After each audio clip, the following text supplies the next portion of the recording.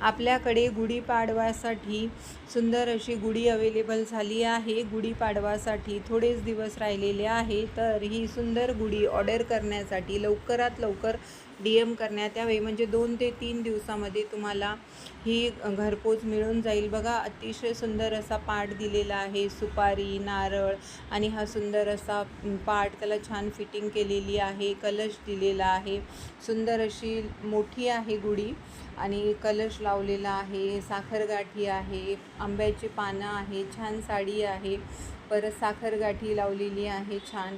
तर अशी सुंदर अशी गुढी देवघरामध्ये पूजेसाठी अवेलेबल झालेली आहे।